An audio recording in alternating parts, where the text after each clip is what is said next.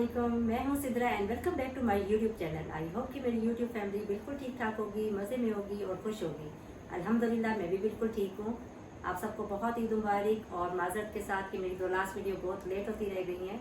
उसके लिए मुझे बहुत ज़्यादा कमेंट्स भी आते हैं कि आपकी वीडियो लेट क्यों हो रही है, आप डेली बनाया करें। डेली का तो अभी मुश्किल है, लेकिन इंशाल्लाह जो मेरी रूटीन है मैं उसको फोकस करूँगी और उसी को ही मेनटेन रखूँगी।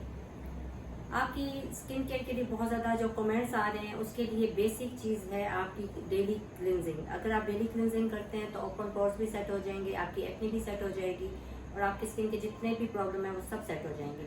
अब डेली क्लिनजिंग कौन सी करनी है ये भी मैंने आपको बताया हुआ है कि आप कौन सी क्लिनजिंग कर सकते हैं। आप होम रेमेडी भी आपको मैंने बता दी हैं। आपने सॉफ्ट टच का, डर्माकोस का, ये दो फेशियल बेस्ट हैं जो आप घर में बहुत अच्छे तरीके से इसको कर सकते हैं। और बेसिक फेशियल का प्रॉपर तरीका मैंने आपको वीडियो में बताया था कि आपने किस स्टेप को किस तरीके से करना है। आप उसको देख के फॉलो करेंगे और उसके हिसाब से आपको करेंगे, आपके तमाम प्रॉब्लम सेट हो जाएंगे इसके साथ। और आपने वीकली केयर ये करनी है कि आपने एक स्टेप क्लेंजर का लेना है, आपने एक स्टेप स्क्रब का लेना है और मास्क, ये आपकी हो गई वीकली। और अगर आपकी स्किन में एक्नी है या आपके ओपन पोर्स हैं तो आपने 15 डेज के बाद मुकम्मल फेशियल लेना है। उसके लिए आप वही वीडियो देख के आप उसके मुताबिक अगर अपना फेशियल करते हैं और टोनर का इस्तेमाल हर स्टेप के बाद करते हैं तो आपकी स्किन पे बहुत बेस्ट रिजल्ट आएगा। चलो फिर करते हो गई जनाब खाएं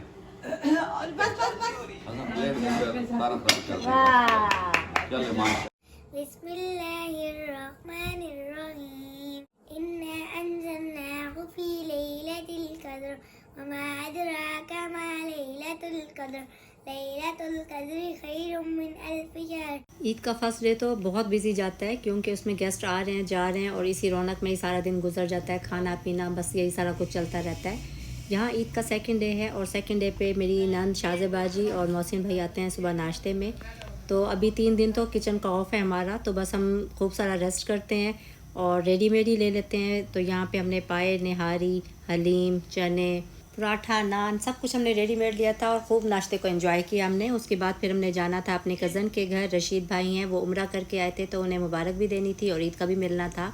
सब माशाल्लाह बहुत अच्छे से तैयार हुए हुए थे और सबने बहुत अच्छी अच्छी मेहंदी लगाई हुई थी। मैंने पूछा आपने मेहंदी कहाँ से लगवाई, तो कह रहे थे हमने खुद ही लगाई है। मेरा भी एक हाथ फ्री था और मुझे टाइम ही नहीं मिला मेहंदी लगाने का, तो मैंने कहा चलो मुझे भी लगा दें। माशाल्लाह बहुत अच्छी मेहंदी लगाई थी, मुझे तो बहुत पसंद आई और कह रही थी कि मैंने सीखा भी नहीं है, बस प्रैक्टिस करने से मुझे इतनी मेहंदी लगानी आ गई है।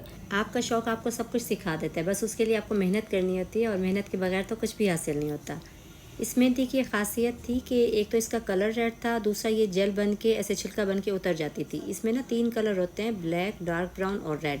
जब हम ब्राइडल मेहंदी लगाते हैं तो हम एक कलर की आउटलाइन देते हैं और एक कलर की फिलिंग करते हैं, तो वो बहुत ज़बरदस्त कॉम्बिनेशन बनती है और एक अट्रैक्शन आती है आपकी मेहंदी में। 15 मिनट में ही मेरा मेहंदी का बेहतरीन कलर आ गया था। मैंने मेहंदी वॉश की और भाभी ने खाने का अरेंज कर लिया। बहुत ही टेस्टी खाना था, टिक्का पीस, कबाब और साथ कौरमा बना हुआ था।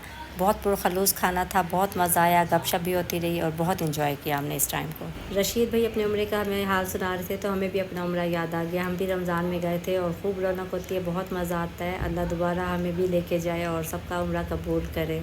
घर आके मगरिब की नमाज़ पढ़ी, उसके बाद मैंने सूरह यासीन पढ़नी होती है तो मैंने सूरह यासीन पढ़ ली। उसके बाद जो घर का हाल था उसको देख के मुझे लगा कि अब थोड़ा सा ना मैं समेट लूँ वरना फिर बहुत ज़्यादा मैसी हो जाएगा। फैंसी कपड़े मैं हैंग करके नहीं रखती, इनको मैं पैक करके रख देती हूँ क्योंकि ये कम ही यूज़ होते हैं। एक तो फिर अलमारी में जगह भी कम लेते हैं और मैसी भी नहीं होते, वरना ये होता है एक सूट निकालो तो 3 सूट बाहर आ जाते हैं और आपस में मिक्स हो जाते हैं, किसी का दुपट्टा, किसी का ट्राउज़र। मेरी बचपन से ही आदत है कि मैं हर चीज़ को बहुत ऑर्गेनाइज़ करके रखती हूँ और मुझे हर चीज़ को सेट करके रखना अच्छा लगता है। इस तरह एक तो आपका टाइम भी सेव हो जाता है और आपको हर चीज़ टाइम पर मिल भी जाती है।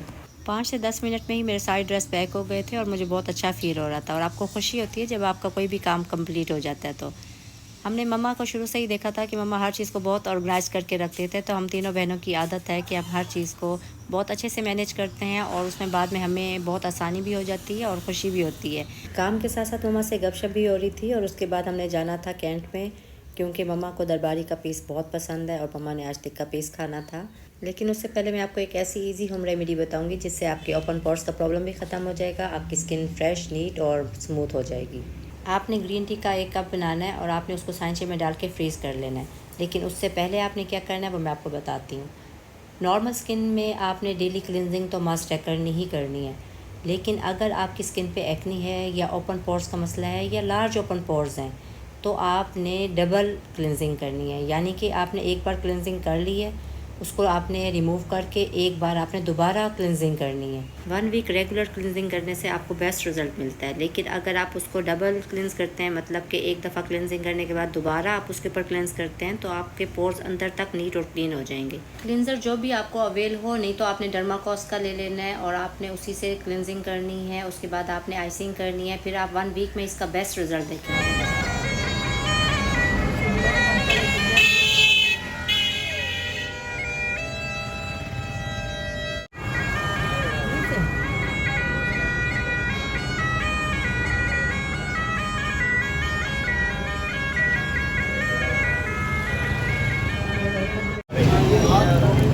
मारने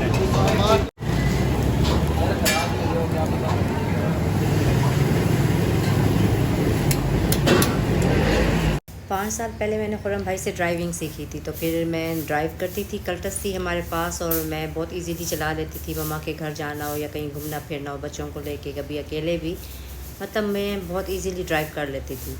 फिर हमने कल्टस सेल करके होंडा सिटी ले ली। तो कासिम ड्राइव करता था और मुझे ना थोड़ा सा डर था कि ये बड़ी हैवी गाड़ी है और शायद मैं ना संभाल सकूं, क्योंकि यहाँ पाकिस्तान में ट्रैफिक इतनी रफ़ होती है। आपकी ड्राइव जितनी भी अच्छी हो, लेकिन यहाँ जो ट्रैफिक का हाल है कोई किसी का ख्याल नहीं करता, और ख़ासतौर पे मोटरसाइकिल वाले तो ऐसे गुजरते हैं जैसे पूरा रोड उन्हीं का है। मुझे अंकल ने एक बात समझाई थी कि बेटा आप जब ड्राइव करें ना, तो एक चीज़ को जहन में रखें कि सिर्फ आपकी आँखें हैं, आपने ख़ुद को भी बचाना है और दूसरों को भी आपने ही बचाना है। तो इस चीज़ को आपने जहन में रखना है कि सिर्फ आप देख रहे हो और कोई नहीं देख रहा। 2 साल से मैंने ड्राइव नहीं की थी, लेकिन आज जब मैं मम्मा को खाना खिलाने के लिए ड्राइविंग सीट पे बैठी तो कासिम ने कहा आज तो वापसी आप ही लेके जाओगे, मैंने तो नहीं चलानी अब गाड़ी। तो बस कासिम ने आज मेरा ये डर भी दूर कर दिया। कल्टा से ज़्यादा आसान है, आप चलाओ तो। आसान की बस मुझे झिझक है ना, तो उतर रही है ना।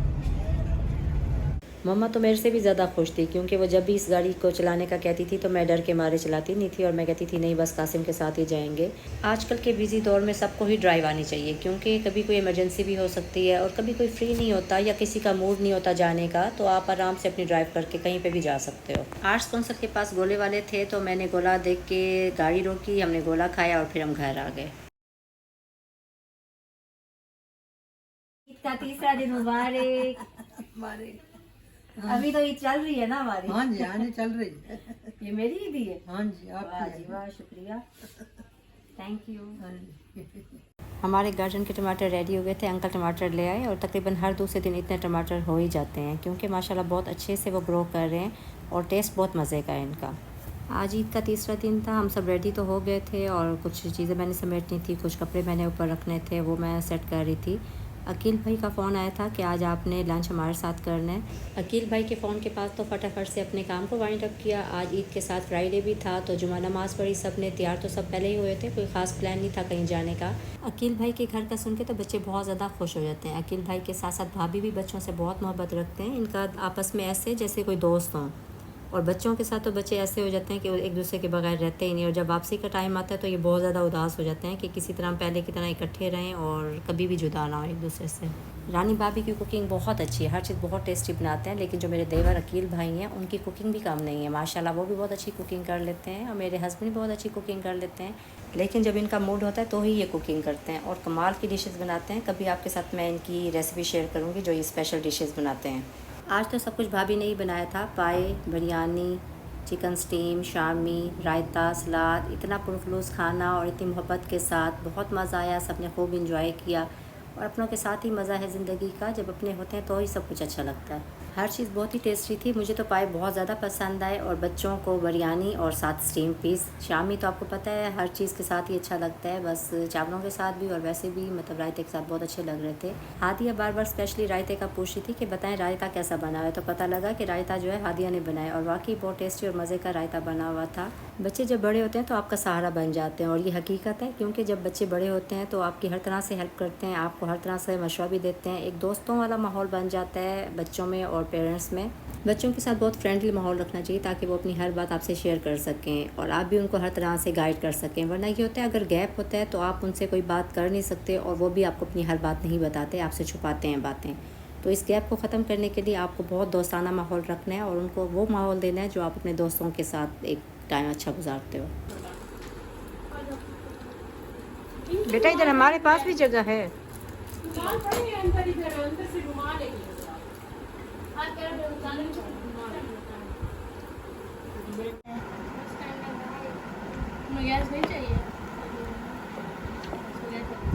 इसके साथ ही इजाज़त चाहती हूँ, बहुत जल्द मिलूंगी अपने नेक्स्ट ब्लॉग में। वीडियो अच्छी लगी हो तो लाइक और शेयर कर दें अपनी फैमिली और फ्रेंड्स के साथ। अगर मेरे चैनल को अभी तक सब्सक्राइब नहीं किया तो जल्दी से कर लें ताकि मेरी नई वीडियो आपको जल्दी से मिलती रहे।